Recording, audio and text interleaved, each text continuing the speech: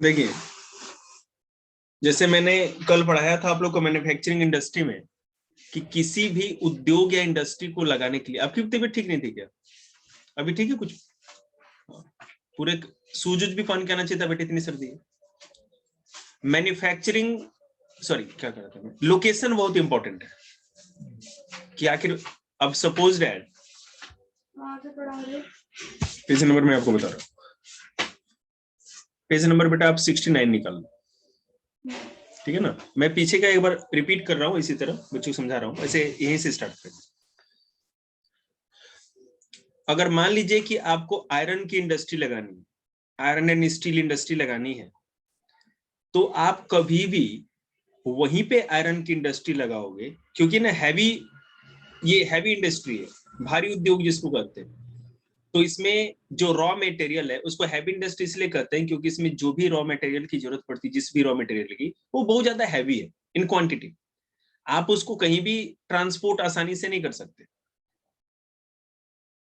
इसमें क्या होता है, आप आयरन एंड स्टील की बात करो या इसी तरह के और उद्योग की, तो हम इसको वहां पर लगाते हैं जहां आसानी से as a raw material iron और मिल जाए, कच्चा लोहा मिल जाए। दूसरा, आयरन स्मेल्टिंग के लिए भट्टियां जो होती है, लोहे की भट्टियां, उनको पिघलाने के लिए आपको एनर्जी की भी जरूरत होगी, तो कोल यूज होता है। तो जहां कोल माइंस और आयरन ओर के माइंस, लॉ एस के खान, दोनों नजदीक हो, उसी के आसपास ये इंडस्ट्री लगाई जाती है। 1907 में सबसे पहले जमशेदजी टाटा ने सॉरी रतनी टिस्को की स्थापना की, टाटा स्टील प्लांट की। वो वहां पर एक छोटा सा गांव था पहले जमशेदपुर में, जमशेदपुर इन्हीं के नाम पे जमशेदपुर पड़ा। उस शहर का नाम टाटा भी कहते हैं उस शहर को। आजादी से पहले उन्होंने लगाया, वहां पे लोहे के खान नजदीक थे, वहां पे झारखंड से क्या कहते हैं आसानी से वो कोयला भी मिल सकता था, और वहां पे एक नदी भी थी, स्वर्णरेखा नदी, जिसके किनारे बसा हुआ। तो इस तरह से, तो ये मैंने एक आयरन का बताया। अब जैसे एक मैंने और भी बताया था कि एग्रो बेस्ड, ठीक है, आप कल की वीडियो देखेंगे तो आप लोग देखिएगा, आप नहीं, जिन्होंने नहीं पढ़ा आप देख लेना एक बार, आपको समझ में आ जाएगा, मैं भेज दूंगा। तो अगर मान लीजिए जो एग्रीकल्चर पे डिपेंडेंट है, एग्रो बेस्ड है, जिसका रॉ मटेरियल खेतों से आता है, अगर कॉटन की बात करें, कॉटन टेक्सटाइल इंडस्ट्री, सूती कपड़ा उद्योग, तो वो कॉटन पे डिपेंडेंट है। कॉटन को छोड़कर और कोई चीज नहीं चाहिए, मशीनरी और लेबर। तो वहां पर क्या होता है, जहां पर ज्यादा कॉटन की खेती होती है वहीं पे कॉटन मिल्स लगाए जाते हैं। आपको पता है कि सबसे अधिक हिंदुस्तान में कॉटन मिल्स महाराष्ट्र और गुजरात में, क्योंकि वो वहां पर पूरे इलाके में सबसे अधिक भारत में ब्लैक सॉइल पाया जाता है जहां कॉटन की अच्छी खेती होती है, और जिस कारण से वहां पर ये आज से नहीं, बहुत दिनों पहले से, आजादी इसी के पहले से ही है। 1854 में काउसजी डावर ने सबसे पहले यहाँ पर ये प्लांट लगाया था, भारत का पहला सूती कपड़ा मिल, ठीक है ना, मुंबई में। आयरन एंड स्टील इंडस्ट्री की बात करें,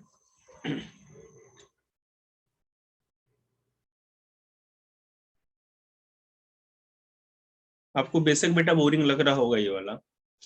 आयरन एंड स्टील इंडस्ट्री से याद रखना, लौह इस्पात उद्योग का जो लोकेशन है ना, आपके लिए 5 नंबर या 3 नंबर के क्वेश्चन में जरूर आया है और आएगा, बहुत इंपॉर्टेंट है। देखिए,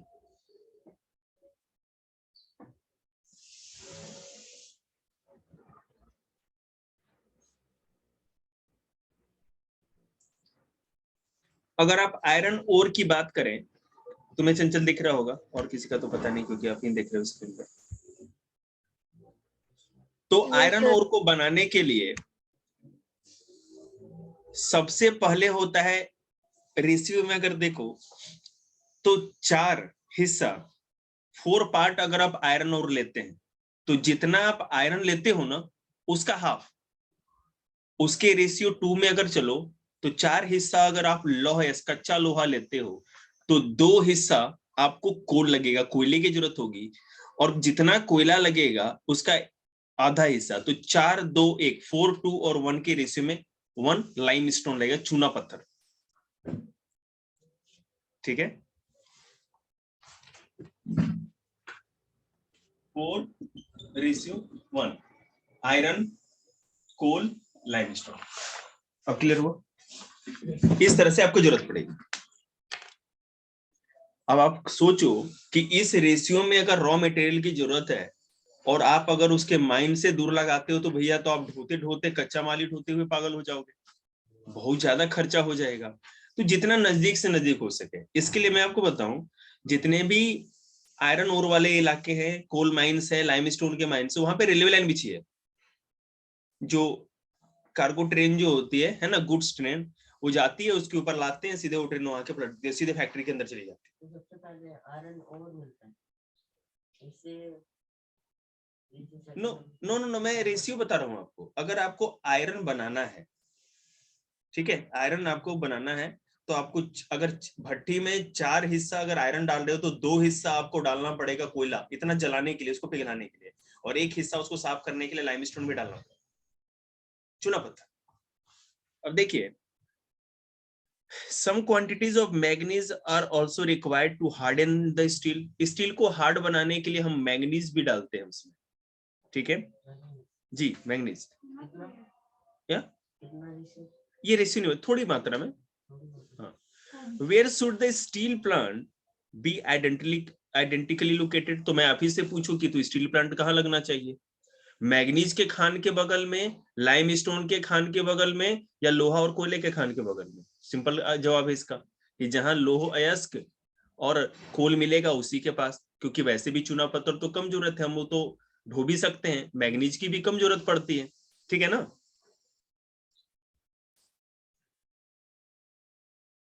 2018 में 106.5 मिलियन टन क्रूड स्टील मतलब कच्चे लोहे का उत्पादन किया गया था। India rank second among the world crude steel producer. कच्चे लोहे के उत्पादन में हम दुनिया में दूसरे नंबर पे। It is the largest producer of sponge iron. Sponge iron मतलब जो बूंदा लोहा नहीं होता, ये क्या कहते हैं, जिससे हैंडपंप बनाया जाता है, वो लोहा देखा होगा आपने, कमजोर सा होता है, सबसे अधिक वो बनाते हैं। चाइना है बेटा नंबर 1 पे। या in 2018 per capita consumption of steel in the country was only around 17.9 kg per annum against the world average 2 to 4.5 kg। आप ये आपको डाटा लग रहा है कि सर क्या ये फालतू डाटा, इससे है ना पूरा का पूरा इकोनॉमी समझ में आ जाएगा। भारत में अगर हर इंसान का औसत आप निकाल लो कि कितना लोहे का कंजम्पशन करता है, खा तो नहीं सकता, किसी न किसी तरह से यूज में हो, अगर एवरेज निकाला जाए तो 70 किलो 900 ग्राम केवल हम लोग लोहे का यूज करते हैं। और वर्ल्ड का अगर एवरेज निकाला जाए तो 224 किलो 5 ग्राम 500 ग्राम 224 किलो 500 ग्राम मतलब 224 ग्राम 224 ग्राम ये हम लोग यूज करते हैं, पूरा वर्ल्ड करता है। एक इंसान पूरे वर्ल्ड का रेशियो निकालें, हम एवरेज निकालें तो 224 किलो 224 केजी 0.5 जो केजी है पूरा उतना यूज करते हैं, और इंडिया में केवल 70। तो समझ लीजिए इसका मतलब ये हुआ हम लोग कंजम्पशन नहीं करते, हम लोग एक्सपोर्ट करते हैं, बाहर भेजते हैं, और वो भी कच्चा कच्चा लोहा बाहर भेजते हैं। मैंने समझाया ना आप लोगों को। देखिए, Why is the per capita consumption of steel so low in India? कौन बच्चा बताएगा? भारत में पर कैप्टिया स्टील का कंजम्पशन मतलब हर इंसान कम लोहा कंजम्पशन करता है, ऐसा क्यों?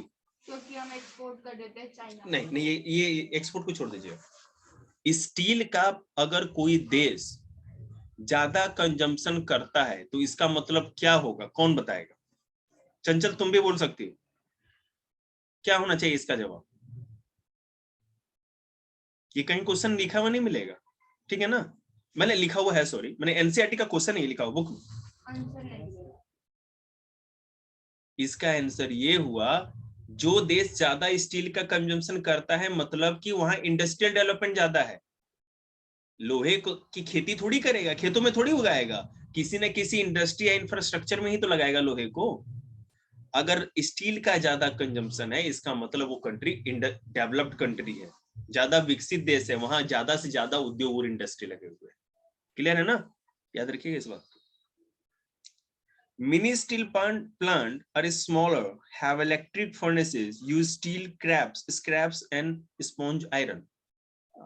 श्रद्धा ने क्वेश्चन पूछा था ना, कि सर जो रिसाइकल करते हैं लोहे को उसको किस तरह करेंगे, फिर भट्टियों में जाता है, नहीं। मिनी स्टील प्लांट होता है, छोटे छोटे स्टील के प्लांट होते हैं जिसमें जैसे कबाड़ी का जितना लोहा हुआ वो सब सारे जाते हैं। तो वहां पे लोहे की फर्नेस नहीं लगाए जाते, वहां पे इलेक्ट्रिक जो भट्टियां होती हैं उसी से काम हो जाता है।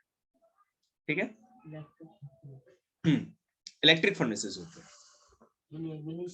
मिनी स्टील प्लांट में होता है, क्योंकि उतने बड़े बड़े उद्योग में है ना इलेक्ट्रिसिटी से काम नहीं चलेगा।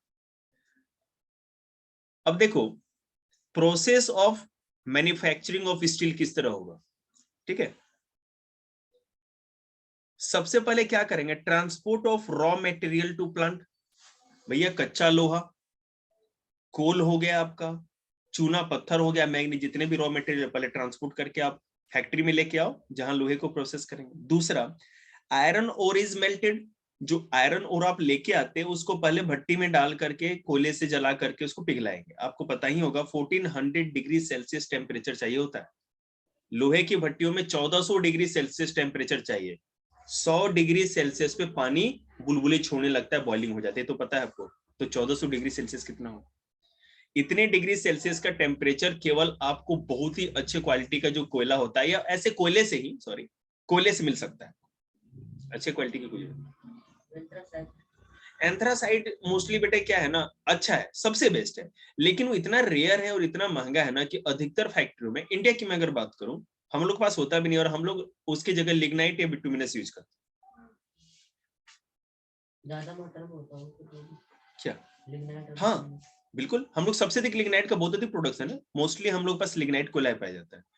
मैंने इन बच्चों को 8 क्लास को जो पढ़ाया, तो कोल एंड पेट्रोलियम चैप्टर है, तो बेटा 4 तरह के कोयले होते हैं, पता है? 4 टाइप्स आपको बताया था बिट्टू, याद है? बताइए। और लिग्नाइट। अगला क्या है, चौथा क्या है? हाँ कोई बता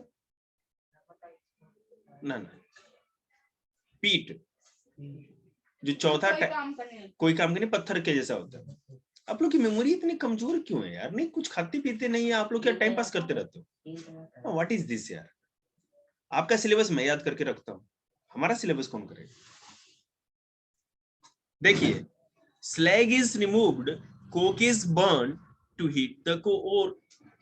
जो स्लैग होता है, स्लैग मतलब जो कूड़ा, उसके अंदर आप जब कच्चे लोहे को, आयरन ओर को भट्टियों में पिघलाते हो, ठीक है, तो जो लोहा होगा वो पिघल के पानी की तरह निकल गया, और वो जो उसके अंदर रेसिड्यूस या माने जो गंदगी होती है ना, वो स्लज मतलब कि कीचड़ की तरह हो जाएगा, गाद की तरह, तो उसको हम लोग अलग कर देंगे, हटा देंगे जी। हाँ, बॉटम पे बैठ जाएगा, और लिक्विड की तरह होगा तो उसको ऊपर से वो पाइप के थ्रू आगे आ जाएगा, ठीक है ना। और वो पाइप्स भी अलग ही होते हैं, उसके ऊपर कोटिंग की जाती है जिसके थ्रू वो पूरा गर्म जो पिघला हुआ लोहा पानी की तरह जो आगे बढ़ता है, ठीक है। Slag is removed, coke is burn. Coke जो यूज करते हैं, कोयला यूज करते हैं, वो तो जल के खत्म हो जाता है हीट प्रोड्यूस करने के लिए, और पिघल करके आगे चला जाता है, और जो गंदगी होती है वहीं पर बैठ जाती है। Molten material poured into molds called pigs। जो भी पिघला हुआ लोहा है उसको हम, अब गिलास में पानी कैसे उछलते हैं उस तरह उछल लिए किसी चीज में। मोल्ड्स मतलब कि सांचों में, सांचे समझते हैं ना आप लोग, उसमें, जिसको पिग्स कहते हैं। स्टील में, अब ये देखिएगा लोहा बनाए केवल, ये स्टील नहीं है, स्टील बनाने के लिए प्रोसेस होता है। उसके बाद क्या करेंगे, पिग, इसको पिग आयरन कहते हैं। पिग आयरन एक ऐसा आयरन है जिसमें केवल साफ प्योर केवल लोहा है, आपने ना तो मैग्नीज मिक्स की है और ना किसी तरह के मटेरियल यूज उसमें मिक्स किया है जिससे कि वो हार्डन हो सके या मजबूत बन सके। क्लियर है? Pig iron is further purified by melting and oxidizing the impurities. Manganese, nickel, chromium are added. इसको फिर से पिघलाया जाता है। अब इसको पिघलाने से क्या होता है, ज्यादा गर्म करने से, कि इसमें जितनी भी गैसेस होती है वो ऑक्सीडाइज हो जाती है, वो गैस बन के निकल गई। उसके बाद जो भी इंप्योरिटीज होती है वो उस गैस के साथ निकल जाती है, ठीक है। और जो उसके बाद हमको प्यूरिफाई लोहा मिलता है उसमें हम लोग मैग्नीज मिलाते हैं हार्डन करने के लिए, निकेल उसको और भी सख्त बनाता है, और क्रोमियम, निकेल क्रोमियम मैग्नीज ये सब चीज उसको सख्त बनाने में यूज होती है।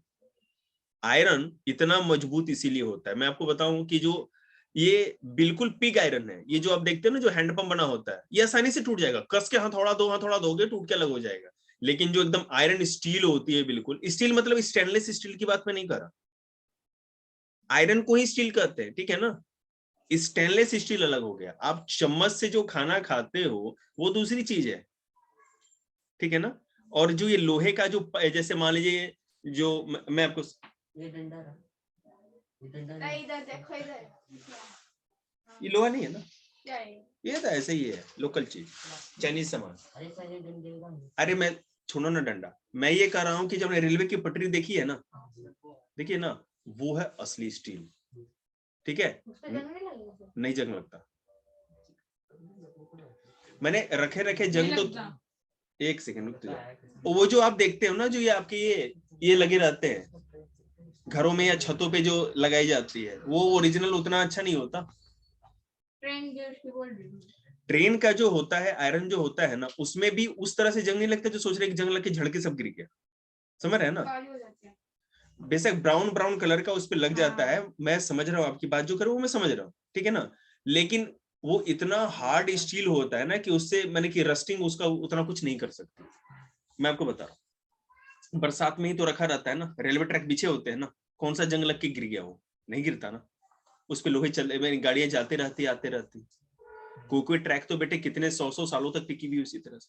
वही होता है जी, वही होता है क्या? अच्छा हाँ बिल्कुल, वो ब्रिज के अंदर भी वैसा लगाया जाता है, लेकिन उसे पेंट किया जाता है। देखो क्या होता है ना कि उसपे मूविंग हर समय उसपे ट्रेन मूव करते रहती है, समझ रहे हैं ना, तो जो चीज यूज में इन यूज होती है ना, तो उस पे आयरन पे जल्दी जंग नहीं लगता, बात समझ रहे हैं। अब जैसे आपके पास लोहे का कोई मैंने कि चक्कू या कुछ भी हो, अगर ऐसे ही कहीं रखा हुआ है पानी में कहीं पर भी तो खराब हो जाएगा। और उसी लोहे से देखते हैं नेपाली जब कुछ चीजें सब्जी काटते रहते हैं, उस पर कौन सा पेंट करके रखते हैं, लेकिन यूज होता है तो उस पर रस्टिंग नहीं लगती, पर ये बात।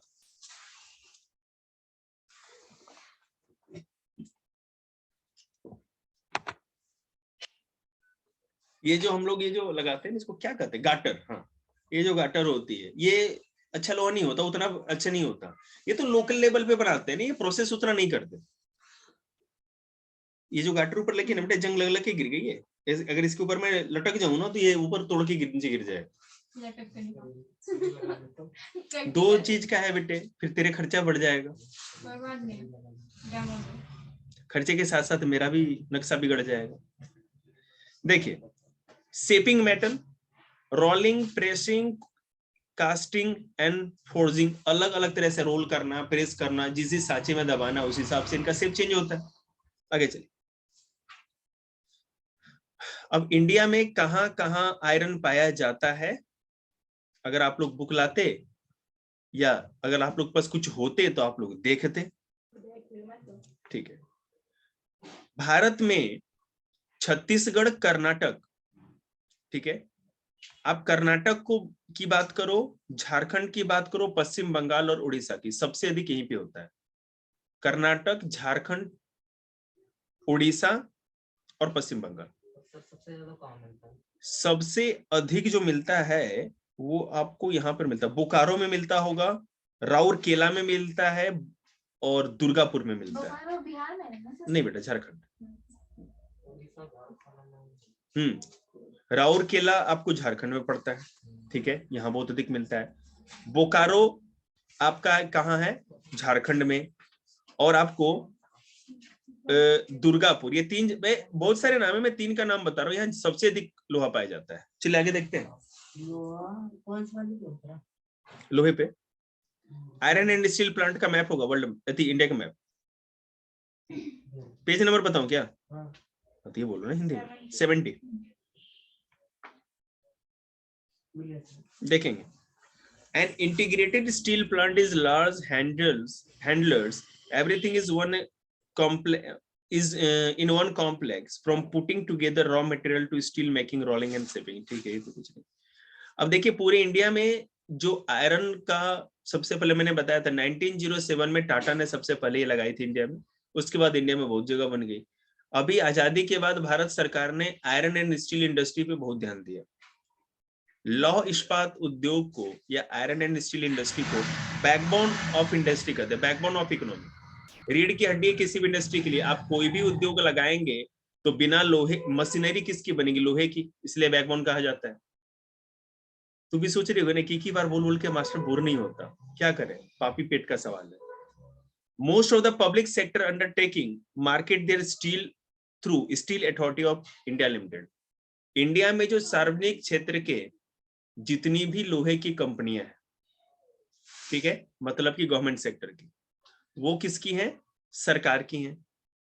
पब्लिक सेक्टर या सार्वजनिक क्षेत्र मतलब गवर्नमेंट उसकी मालिक है।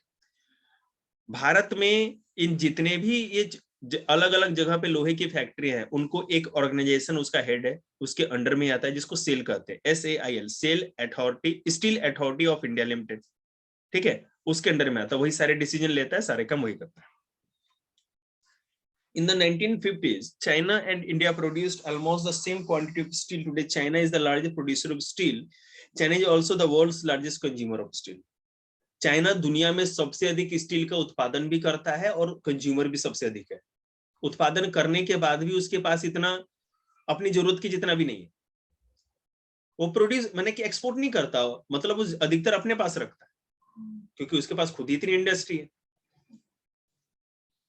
छोटा नागपुर प्लेटो, Jharkhand region has the maximum concentration of iron and steel industry. It is largely because of the relative advantages this region has for the development of this industry. These include low cost of iron ore, high grade raw materials, is proximity, cheap labor and vast growth potential in the home market. देखिए, छोटा नागपुर मतलब कि जो मैंने वो आपको बोकारो, दुर्गापुर और राउरकेला का इलाका बताया, तो प्लेटो तो बेटा कोई जरूरी नहीं है ना कि एक ही राज्य के अंदर सीमित हो जाएगा, वो तो बाउंड्री बाहर करके भी जा सकता है। तो आपका वेस्ट बंगाल का भी थोड़ा सा इलाका, उड़ीसा का नॉर्थ का इलाका, और ये पूरा का पूरा आपको ये तो है ही झारखंड, इन सब इलाकों में ज्यादा आयरन ओर पाया जाता है। छोटा नागपुर प्लेटो वहीं पे है। यहाँ पे बहुत गरीबी है तो लेबर सस्ता है, ठीक है ना, इसलिए। और ये छोटा नागपुर इलाका बे ऑफ बंगाल से ज्यादा दूर नहीं है, बगल में उड़ीसा और यहाँ पे क्या कहते हैं जो वेस्ट बंगाल का कोस्ट पड़ता है समुद्र का, जिससे कि विदेशों को सप्लाई करना भी आसान है। These include low, ये तो हो गया। Through India is an important iron and steel producing country in the world, yet we are not able to perform to our full potential, largely due to high cost and limited availability of coking coal. याद रखिएगा। एक question दिमाग में तो था हम लोग के, सरकार ने जवाब दिया है, ये आपको पता है ना, ये सरकारी बुक है। सरकार क्या कहती है, आर्गुमेंट रखती है कि हमारे पास दुनिया का बहुत ज्यादा लोहा है, लेकिन फिर भी हम लोग उसको प्रोड्यूस नहीं कर पाते, निकाल नहीं पाते या उसको प्रोसेस नहीं कर पाते, क्योंकि जो कितना मर गया, हाई कोकिंग कोल, ऐसा कोयला जो लोहे को पिघला सके, वो दुनिया में बहुत महंगा है और हम लोग के पास होता है एंथ्रासाइट, ठीक है। तो हम लोग क्या करते हैं, जो कोयला हमारे पास पहले से, उसी को ज्यादा झोंक करके, ज्यादा यूज करके, पॉल्यूशन भी करके हम लोग अपना काम चलाते, ठीक है ना। दूसरा है लो प्रोडक्टिविटी ऑफ लेबर, यहाँ के लेबर स्किल्ड नहीं है, कितने भी लेबरों को कोयले की जगह आदमी भी झोंक दो वो काम कम ही करते हैं। Irregular supply of energy, energy की सप्लाई अच्छी तरह से नहीं आती, कभी बिजली आई कभी बिजली गुल, अब तो ठीक हो गया है। पुअर इंफ्रास्ट्रक्चर, सड़कों का, रेलवे का, मुंह बंद करो, उसको अपना काम और तुम आना, ठीक है। इंफ्रास्ट्रक्चर उतना डेवलप नहीं है। अलग अलग आपको पता है, पहाड़ों जंगलों वाले जो इलाके हैं, वहीं पे आयरन ओर का अधिकतर माइंस होगा, खाना जहां पे मिलता है, वहां तक इंफ्रास्ट्रक्चर ही नहीं पूरा अच्छी तरह से डेवलप है, इसलिए अच्छी तरह से एक्सप्लोर नहीं कर पाते हम।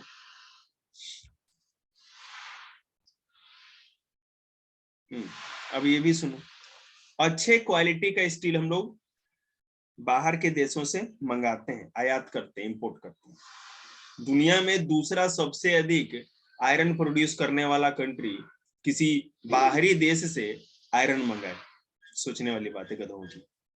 However, the overall production of steel is sufficient to meet our domestic demand. वैसे हम लोग अपनी डोमेस्टिक डिमांड पूरी कर लेते हैं, लेकिन फिर भी बहुत अच्छे क्वालिटी का स्टील हम लोग नहीं बना पाते, बाहर से भी मंगाते।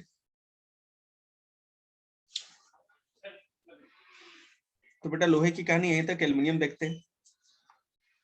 लड्डू इसके बाद कितने पेज है एल्युमिनियम के बाद?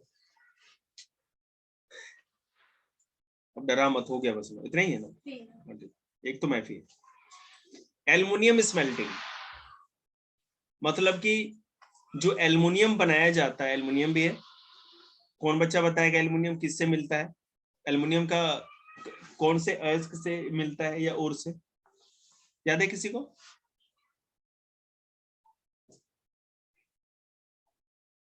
बहुत दिनों बॉक्साइट। बात है जी। बेटा तुम बोलो। बॉक्साइट। देख लिया इसने चंचल ने, कोई बात नहीं, ठीक है बेटे। तो वो मैं तो बात बुक ही नहीं क्या? खोल रही, मैं कैसे देख। अच्छा तो बेटा आपको ये इससे दिख रहा होगा सब, मैंने आपने खुद से बताया तो बहुत अच्छी बात है। यहाँ पर तो क्योंकि पेड़ा खा के बैठे हैं मेरे वाले, तुमने बोला ही कहाँ? धीरे क्यों बोलते हो फिर? मतलब कि आपको कंफ्यूजन है तब तो धीरे बोल रहे हो। अच्छा तो बेटा जो पहले फिनिशिंग लाइन क्रॉस कर जाए वही विनर होता है ना। You are a loser. देखिए तू काम करना, तू तो क्लास में ही नहीं है। देखिए एल्युमिनियम बॉक्साइट से मिलता है। बॉक्साइट एक माने कि रॉ मटेरियल है जिससे कि एल्युमिनियम प्रोसेस करते हैं हम लोग। Second most important smelting sorry metallurgical industry in India. Bharat में आयरन के बाद एल्युमिनियम का ही सबसे अधिक मेटल में यूज होता है, हम लोग उसके सबसे अधिक प्रोडक्शन करते हैं। It is light resistant to corrosion, a good conductor of heat, malleable and becomes strong when it is mixed with other metal। आप दूसरे मेटल के साथ यूज करें तो बहुत मजबूत हो जाता है, आसानी से पिघल भी सकता है, आप किसी भी शेप में आसानी से दे सकते हो, फ्लेक्सिबल होता है, लाइट वेट होता है, ठीक है ना। और हीट का आयरन से भी अच्छा कंडक्टर होता है, तभी तो बेटा लोहे की जगह पे इससे अच्छा हम लोग एल्युमिनियम के बर्तन यूज करते हैं। देखिए it has gained popularity as a substitute of steel, copper, zinc and lead in a number of industry। बहुत सारी इंडस्ट्री में लोहे की जगह, कॉपर की जगह, ठीक है, जिंक की जगह या सीसे लेड की जगह हम लोग इसको यूज करते हैं।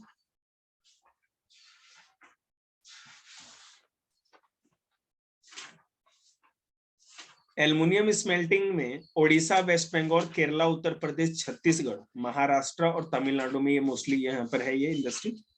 देखेंगे नालको, नालको जैसे सेल था स्टील के लिए, नालको है आपका एल्युमिनियम के लिए।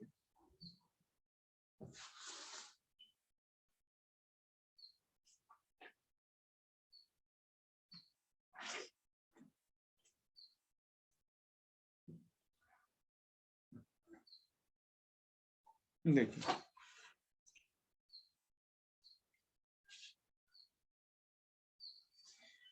अब इसका अगर रेशियो देखेंगे तो आपको समझ में आ जाएगा।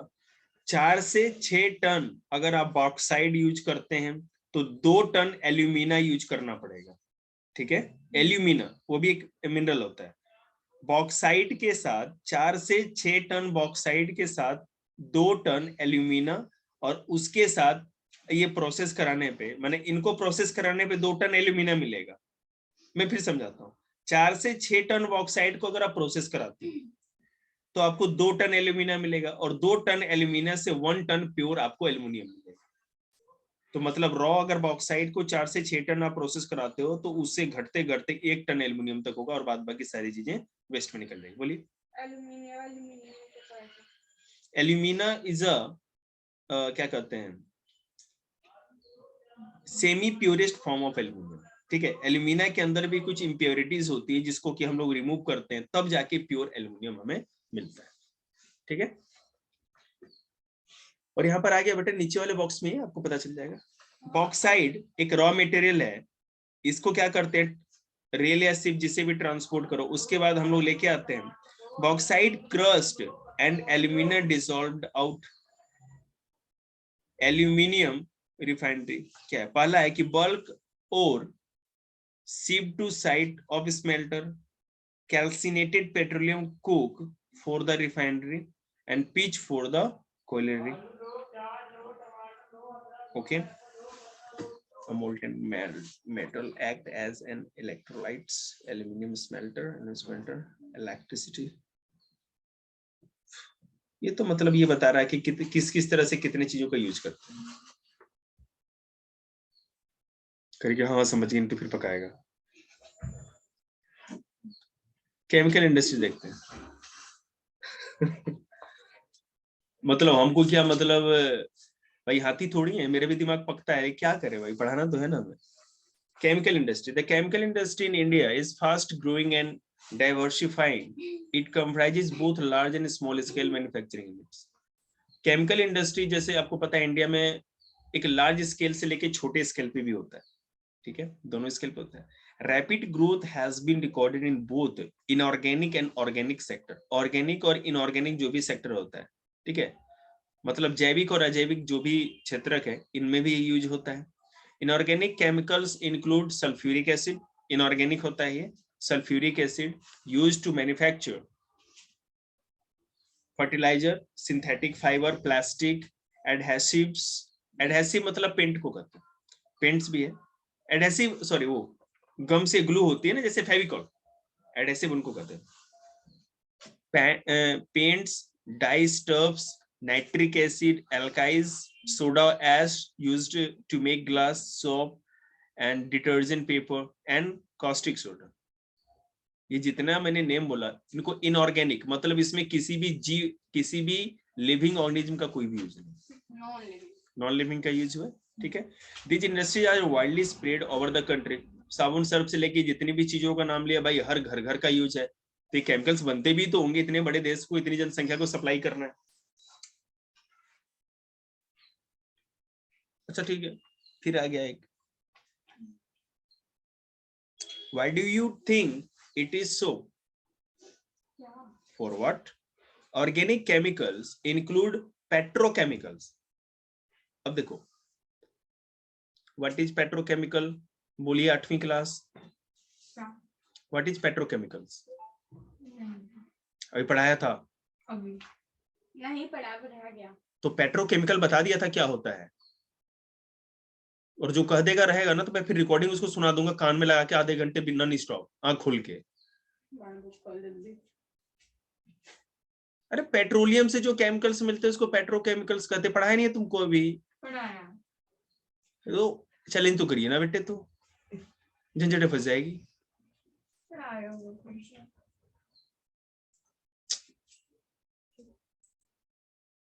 देखिए हम पेट्रोलियम से मिलने वाली चीजों को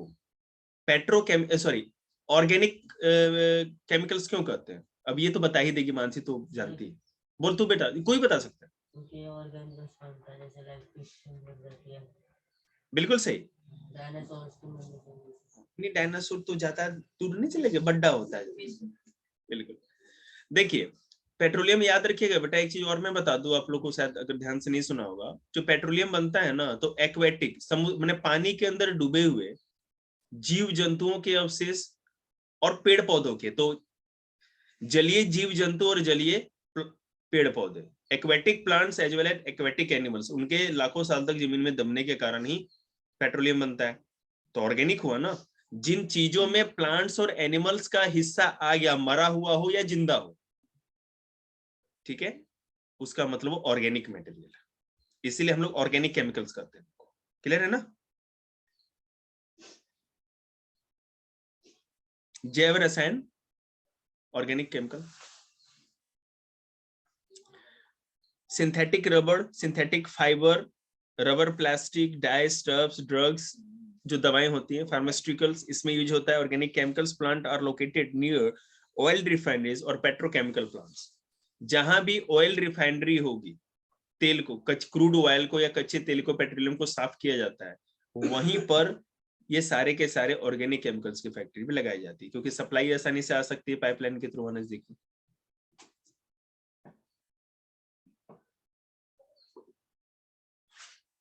फर्टिलाइजर इंडस्ट्री, जो रासायनिक खाद होते हैं, है ना, खाद की industry. The fertiliser industry is centered around the production of nitrogenous fertilizer, mainly urea, phosphatic fertilizer and ammonium phosphate, DAP। 3 तरह के खाद होते हैं। जो यूरिया होता है ना, यूरिया मतलब कि उससे हम लोग प्लांट को नाइट्रोजन देते हैं, नाइट्रिक बना ना, वो एक तरह से होता है, नाइट्रोजियस फर्टिलाइजर होता है।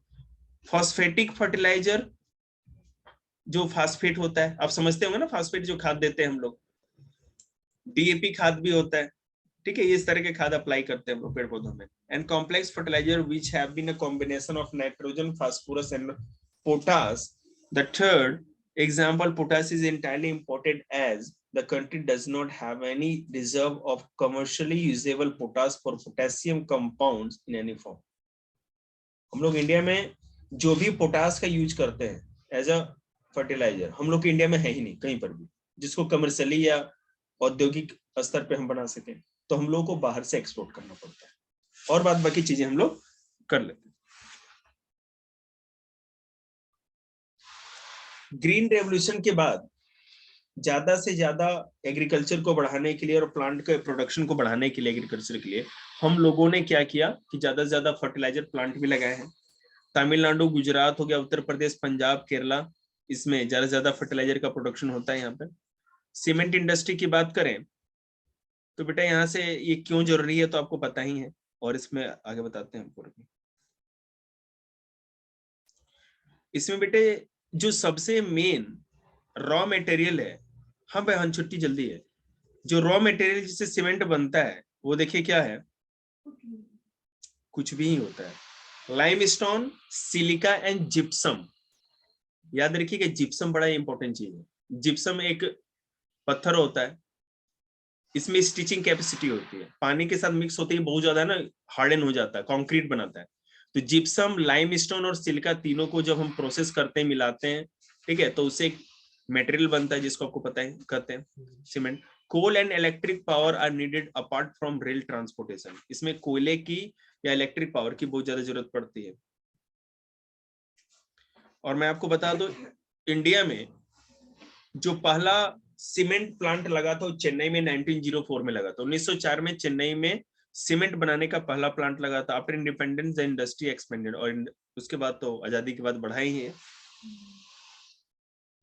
याद रखिएगा हम लोग अपने मार्केट की पूरी डिमांड को पूरा करने के बाद Middle East, East Asia, Africa, South Asia, इन सबों को भी ज्यादा से ज्यादा सीमेंट सप्लाई करते हैं, एक्सपोर्ट करते हैं।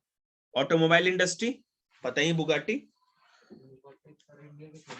कोई बात ना कहीं की भी हो, ऑटोमोबाइल में तो आती है। टेस्ला लीजिएगा, आ गया है बाउंड्री पे, मोदी जी आने ही नहीं दे रहे हैं उसको। तू क्या है ऐसा मुंह बना रही है? अरे अभी तो 15 मिनट पढ़ो आराम से, क्या है चिट्ठी गड़बड़ा रहा है? तो क्या दिक्कत है? अच्छा मतलब तुम्हें ज्यादा जल्दी है, मास्टर को जल्दी होनी चाहिए ना। क्यों? आप कहाँ जाओगे? नहीं जब मैं छुट्टी कर रहा, चुपचाप बैठी रहा। ऑटोमोबाइल इंडस्ट्रीज देखेंगे, गुड़गांव में मानेसर नाम का एक जगह है, आगे देखिए मास्टर आगे, गुड़गांव में मानेसर नाम का जगह है, वहां पर मारुति सुजुकी का प्लांट लगा हुआ है, ठीक है। जरूरत से ज्यादा हाँ कहने पे और 10 मिनट बैठना पड़ेगा। दिल्ली, गुड़गांव, मुंबई, पुणे, चेन्नई, कोलकाता, लखनऊ, इंदौर, हैदराबाद, जमशेदपुर और बेंगलुरु, यहाँ पर सारे कारों की फैक्ट्री है जहाँ पे कार का प्रोडक्शन होता है। Information technology and electronic industry सबसे अधिक मुंबई, दिल्ली, हैदराबाद, पुणे, चेन्नई, कोलकाता, यहाँ पर ज्यादा से ज्यादा इंडस्ट्री इसमें कुछ खास है नहीं। Industrial pollution and environmental degradation, आपको पता है इंडस्ट्री लगेगी, एयर पोल्यूशन होगा, वाटर पोल्यूशन होगा, नॉइज पोल्यूशन होगा, खत्म, अभी नहीं। Control of environmental degradation, some software technology park आ रहा था मैप में, सॉफ्टवेयर टेक्नोलॉजी पार्क नहीं? अरे भैया मैप डिस्कस किए थे ना, सॉफ्टवेयर टेक्नोलॉजी पार्क आ रहा था, आएगा तो 4 नाम याद रखना, ठीक है। नोएडा, पुणे, हैदराबाद, बेंगलुरु, याद रखिएगा, केवल 4 नाम याद रखने। नोएडा, पुणे, हैदराबाद, बेंगलुरु।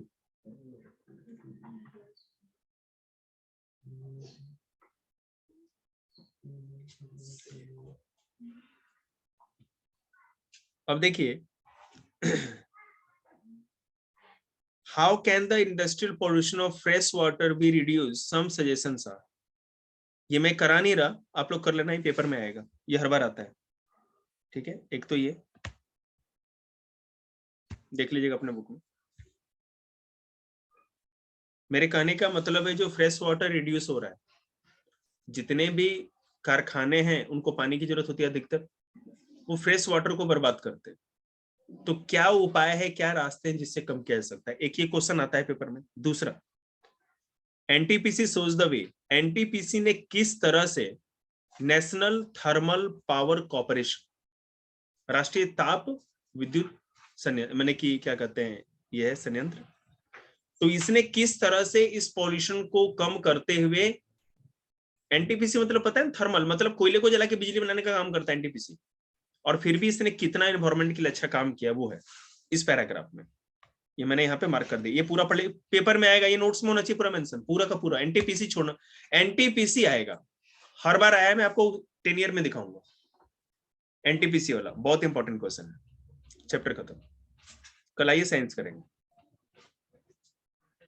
इलेक्ट्रिसिटी, अरे कहाँ भी तो स्टार्टिंग नहीं हुआ है, वो स्टार्टिंग ही था, बस थोड़ा सा अच्छे से कराना है अभी इसको।